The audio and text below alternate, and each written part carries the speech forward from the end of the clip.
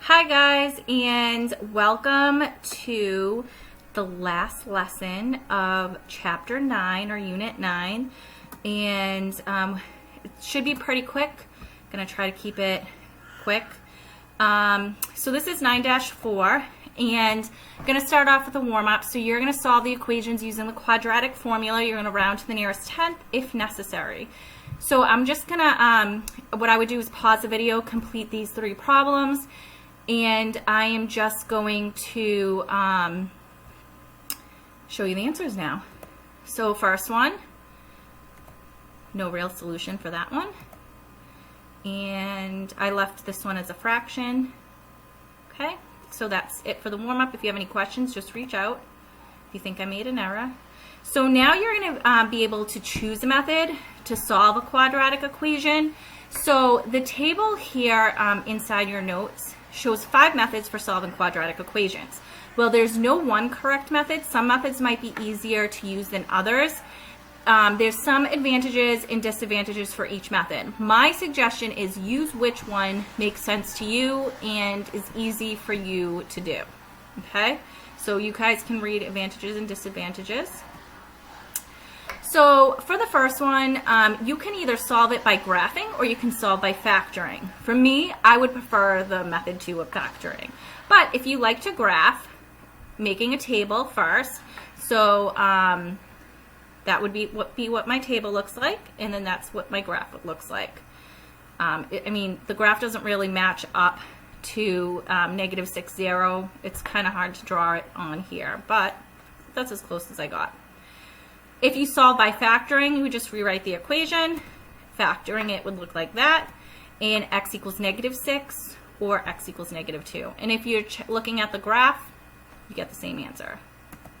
All right, so example 2, the method that I chose for this is completing the square, because the coefficient of x squared is 1 and the coefficient for x is even.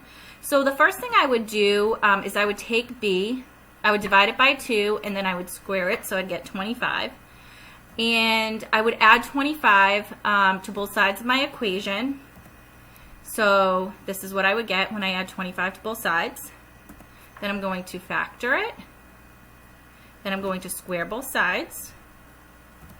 And then I get x minus 5 is equal to a positive and negative square root of 26.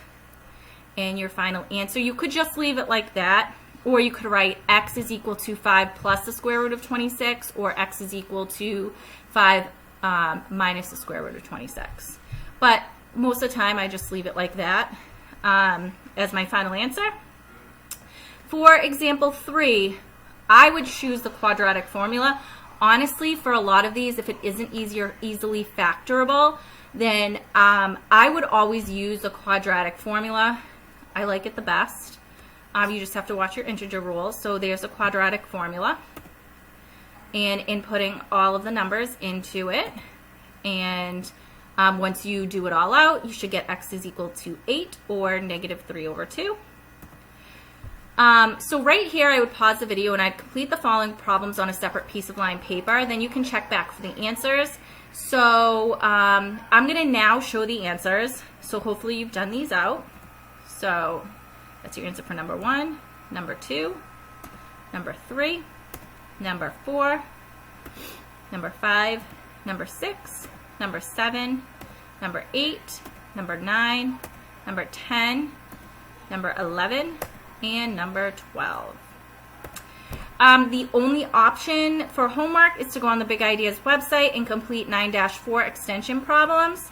And let's see, that is pretty much it.